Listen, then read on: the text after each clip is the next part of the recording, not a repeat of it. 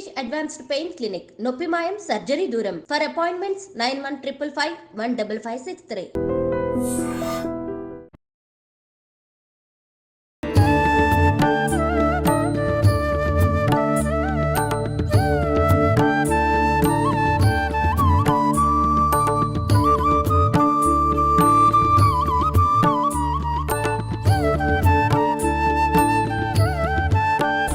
నమస్కారం, welcome to I dream. మన సంస్కృతి కార్యక్రమానికి స్వాగతం. నేను మీ విజిత.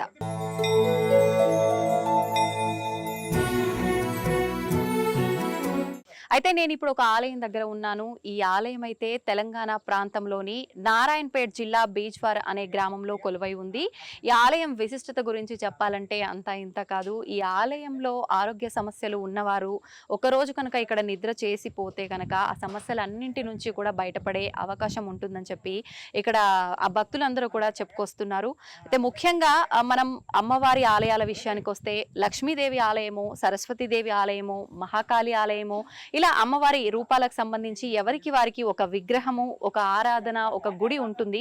కానీ ఆలయ ప్రత్యేకత ఏంటి అంటే ఇక్కడ కొలువై ఉన్న అమ్మవారు ఎవరు అంటే శ్రీ శ్రీ శ్రీ శ్రీ అంబాత్రయ అమ్మవారి ఆలయం. ఈ ఆలయం ఇక్కడ అమ్మవారు శరీరం ఆకారం అంతా కూడా ఒకటే రూపంలో ఉండి మూడు అంటే తలలు మాత్రం మూడు, ఒకటే అమ్మవారి శరీరానికి మూడు తలలు ఉండి ముగ్గురు అమ్మవార్లు ఒకటే శరీరంలో కొలువై ఉంటారు. అది ఇక్కడ ఆలయంలో ప్రత్యేకత. అయితే ఇక్కడ వారితో మాట్లాడిన ప్రకారం ఈ ఆలయం ఇటువంటి ఆలయం ఒకటే శరీరంలో మూడు రూపాలతో ముగ్గురు అమ్మవార్లు కొలువై ఉన్న ప్రాంతం ఇది ఒక్కటే అని చెప్పి వింటున్నాము. ప్రపంచంలో ఎక్కడా కూడా ఇలాంటి ఆలయం లేదని చెప్పి వింటున్నాము. అయితే ఈ ఆలయ విశిష్టత ఏంటి, నిజంగా ఈ ఆలయానికి భక్తుల తాకిడి ఈ మధ్య కాలంలో చాలా పెరిగిపోయింది. నిజంగా అంత మహిమాన్వితమైన ఆలయమా, ఇవన్నీ కూడా ఇప్పుడు ఆలయానికి సంబంధించిన వాళ్ళతో మాట్లాడి తెలుసుకునే ప్రయత్నం చేద్దాం. ఇంకెందుకండి ఆలస్యం, ఆలయం లోపలికి వెళ్దామా?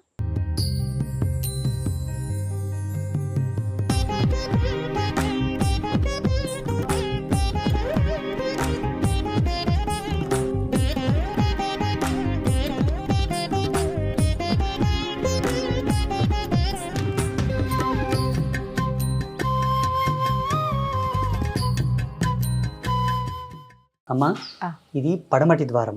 అంటే ఈ ఒక ఆలయానికి నలువైపుల ద్వారాలు ఉంటాయి, ప్రధాన ప్రసిద్ధ దేవాలయాలకన్నిటికి. ఇది పడమటి ద్వారం, కామధేను ద్వారం. ఈ ద్వారానికి కామధేను ద్వారం అని పేరు. కామధేను సింబాల్స్ ఉన్నాయి చూడండి. ఈ ద్వారానికి కొన్ని పర్వదినాల్లో విశేషమైన పూజలు చేసి అమ్మవారిని ఇక్కడ నుంచి ప్రవేశించమని వేద మంత్రాలతో ఆవాహన చేస్తాం. మన ఆలయ మర్యాద. అంటే ప్రత్యేకమైన రోజులు అంటే ఎటువంటి రోజులు? వైకుంఠ ఏకాదశి అనుకోండి, మహాశివరాత్రి, హోలీ పౌర్ణమి, శ్రీకృష్ణ జన్మాష్టమి, కొన్ని పర్వదినాలు, దేవీ నవరాత్రులలో, దీపావళి, అటువంటి పర్వదినాల్లో ఇది చేస్తూ ఉంటాం. నలువైపులో ఉన్న ద్వారంలో ఇది పడమటి ద్వారం, కామధేను ద్వారం. ఇది అటువైపు ఉత్తర ద్వారమేమో గజద్వారం, ఇటు పడమటి దక్షిణం వైపు ఉన్న ద్వారం హంస ద్వారం, తూర్పు వైపు ఉన్న ద్వారం పద్మద్వారం. ఎందుకనంటే ఇప్పుడు ఒక్కొక్క సైడ్ ఒక్కొక్క పేరుతో, అంటే ఇప్పుడు కామధేను అన్నారు, హంస, ఎందుకు ఇలా నాలుగు పేర్లు నాలుగు వైపు? ఒక దేవాలయం యొక్క రాజమర్యాదలు, ఆలయం యొక్క ధర్మమూలాలు, ఆలయాన్ని స్థాపించినటువంటి ప్రాతిపదికను అనుసరించే ద్వారాల యొక్క విభజన, అధిష్టాన దేవతలు, క్షేత్రపాలకుడు, అన్నీ కూడా అక్కడ ఉపచారములు, కైంకర్యములు అన్నీ కూడా. అంటే సత్య సనాతన ధర్మానికి కట్టుబడి ధర్మం యొక్క మూలాలను అనుసరించి చేసే ప్రతి దేవాలయం కూడా ఒక అద్భుతమైనటువంటి సీక్రెట్స్తోనే ముందుకెళ్తుంటుంది. ఎవ్రీథింగ్ ఈజ్, ప్రతి దాంట్లో ఒక పరమార్థం, ప్రతి దాంట్లో ఒక భిన్నత్వం, చాలా ప్రత్యేకతలతో కూడి ఉంటుంది అనమాట. ఇప్పుడు ఈ ఒక్కొక్క ద్వారాన్ని కూడా అమ్మవారితో వాక్కు తీసుకొని ఏ ద్వారం ఎలా ఉండాలి, ఏ కాన్సెప్ట్తో ఉండాలని అమ్మతో ప్రశ్న అడిగి తీసుకొని నిర్మాణం చేయడం జరిగింది. అవునా? ఇప్పుడు ప్రసిద్ధ దేవాలయాలకు వేరే వేరే ద్వారాలు ఉంటాయి. అవునండి. అంబాత్రయ క్షేత్రానికి మాత్రమే ఈ నలువైపులో 4 ద్వారాలు, ఒక్కొక్క ద్వారానికి ఒక్కొక్క విశిష్టత. నాకు ఒక డౌట్ అండి, ఎక్కడైనా ఆలయానికి అక్కడ ప్రధాన దేవుడిగా ఎవరిని పూజిస్తారో ఆ పేరుతో, లేదంటే ఇంకేదో పేరుతో, అంబాత్రయ క్షేత్రం అంటే నాకు కొత్తగా ఉంది వినటానికి. ఎందుకని ఆ పేరు అలా పెట్టారు? Wow, very good. అంబ అంటే అమ్మ, అంబ అంటే జగతిలో ఉండే మాతృత్వములన్నీ, ఈగ, దోమ, చీమ, ఏను, అన్ని మాతృత్వాలన్నీ ఒకతోన కలిస్తే వచ్చే వర్డ్ ఏదైతుందో, ధాతువు ఏదైతుందో అంబ. ఇక్కడ ఉన్నది ముగ్గురు అమ్మలు కాబట్టి త్రయం అంటే 3. ముగ్గురమ్మలు కలిసిన తల్లి క్షేత్రము, అమ్మ స్థానము కాబట్టి అంబాత్రయము. ఆ, ఇది అంటే అమ్మవారి వాక్యేనా మీరు డిసైడ్ చేసుకున్నారా? అమ్మవారే 2011లో కార్తీక శుద్ధ పౌర్ణమి రోజు అమ్మను స్థాపిస్తే 2016లో అమ్మవారు మాకు ఈ క్షేత్రం యొక్క పేరు ఇచ్చింది. అంతకన్నా ముందు మోటుగా దుర్గమాత గుడి అనుకుంటుంటే పిలుచుకునే వాళ్ళు. అమ్మవారిని అడిగితే వాక్ ఇవ్వలేదు. 2016వ సంవత్సరంలో అమ్మవారి ముందు కుంకుమ రాసి చదును చేసి పెడితే గుడి తాళాలు వేసి బయటికి వస్తే తెల్లవారేసరికి అక్కడ ఒక పేరు వచ్చింది. ఆ పేరు డీకోడ్ చేస్తే అంబాత్రయ క్షేత్రము అని. అప్పుడు ఈ పేరును కోటి సార్లు దేవి మూలమంత్రము పఠించి మంత్రసహిత నామాన్ని పఠిస్తూ కోటి సార్లు పట్టాభిషేకం చేశాం దర్బల చేత. అప్పుడు ఒక క్షేత్రానికి ఒక పేరు అంకితం అయిపోతుంది. ఆ పేరుని ఎవరు పిలుచుకున్నా వాళ్ళకి యశస్సు సిద్ధిస్తుంది, అనుగ్రహం సిద్ధిస్తుంది. ఇంకోటి అంబాత్రయం అనే పేరులోనే ఒక అద్భుతం ఉంది తల్లి. జగతిలో ఉన్న మాతృత్వాలన్నిటిని తలసినటువంటి పుణ్యం. అవును అవును. శక్తికి ప్రతిరూపమైన కాళి, సంపదకు ప్రతిరూపమైన లక్ష్మి, విద్యాబుద్ధులకు ప్రతిరూపమైనటువంటి సరస్వతులను ఏకనామంలో స్మరించిన పుణ్యం వస్తుంది. అవును, నిజంగా వినటానికి కొత్తగా ఉందని అనుకున్నాం కానీ ఇంత అర్థము, ఇంత పరమార్థము, అది మళ్ళీ అమ్మవారే తను వాక్కు రూపంలో డిసైడ్ చేసిన పేరు. ఇక్కడ అన్ని కూడా అమ్మనే తల్లి. మేము స్వతంత్రంగా మా జ్ఞానం ఏం అంటే మీకు ముందు ఆలయం నిర్మించాలి ఇలాంటి ఆలోచన ఏం లేదు అంటే అమ్మవారు చెప్పడం వల్లే మీరు ఈ ఆలయము ఎలా అండి? పెద్దలు ఒక మాట అనేవాళ్ళు, ఆకలి సత్యం అయితే అన్నం ఏడన్నా పుడుతుందిరా, ఆకలి సత్యం అవ్వాలి అంటుండేవాళ్ళు పెద్దలు. నా భక్తి సత్యం అనుకుంటాను, నా తపస్సు వాస్తవం అనుకుంటాను. ప్రతిదీ అమ్మయే నాకు ఒక గురువై ప్రతిదీ నిర్దేశకం చేసింది. నా దర్శనంలో ఒక ఆలోచన వచ్చేది ఇది చేయాలి అని, అది ఆచరణలో పెడితే వాస్తవ రూపం దాల్చేవి. అందులో ఎన్నో పరమార్థాలు ఉద్భవించేవి. అలా ఉద్భవించిందే ఈ క్షేత్రం. Okay okay. అంటే ఏ ఇయర్ లో నిర్మించారండి? 2011లో అమ్మవారి స్థాపన, ముగ్గురమ్మల స్థాపన. చిన్నపాటి గుడిసె ఉండేది తల్లి, చిన్న కుటీరం, ఋషులు జపం చేసుకున్న కుటీరం లాగా ఉండేది.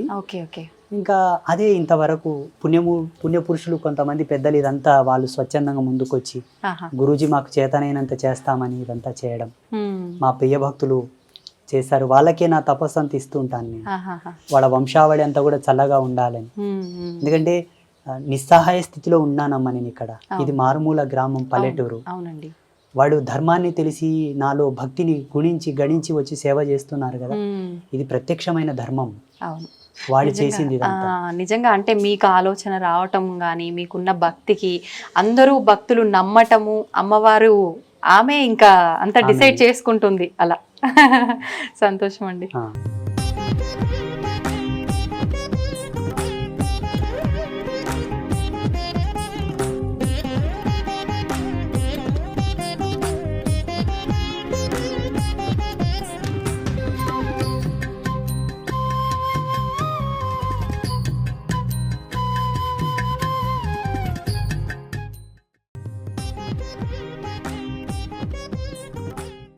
అమ్మవారి యొక్క ఆలయం వెనక భాగం ఇది.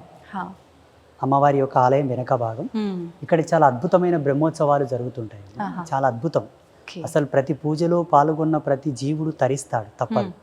ఆయన తరించాల్సిందే, ఆయన 100% తరించాల్సిందే. తరించకపోతే అమ్మవారితో నేనే కొట్లాడతాను.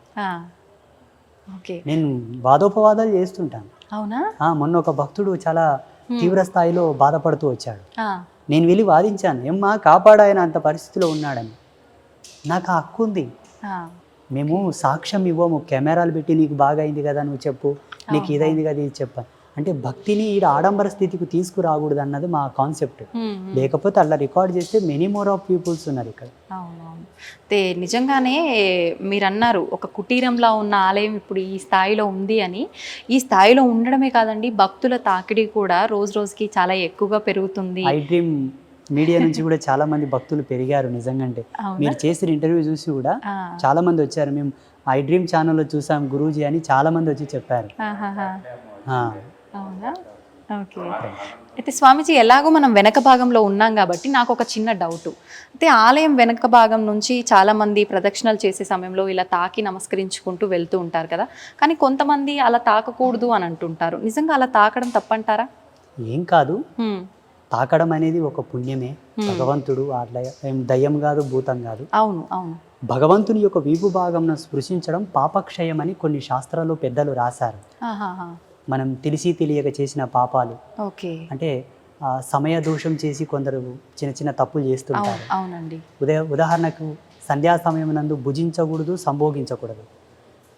వాళ్ళు ఆకలి తట్టుకోలేక తిని ఉంటారు, లేకపోతే ఇంకేదో కారణాల చేత తప్పు చేసి ఉంటారు. అటువంటి దోషాలు పోవాలంటే ఇటువంటి ప్రదేశంలో తాకితే పోతాయని కొన్ని గ్రంథాలు రాశారు. తప్పేం లేదు. తప్పేం లేదు. ఓకే.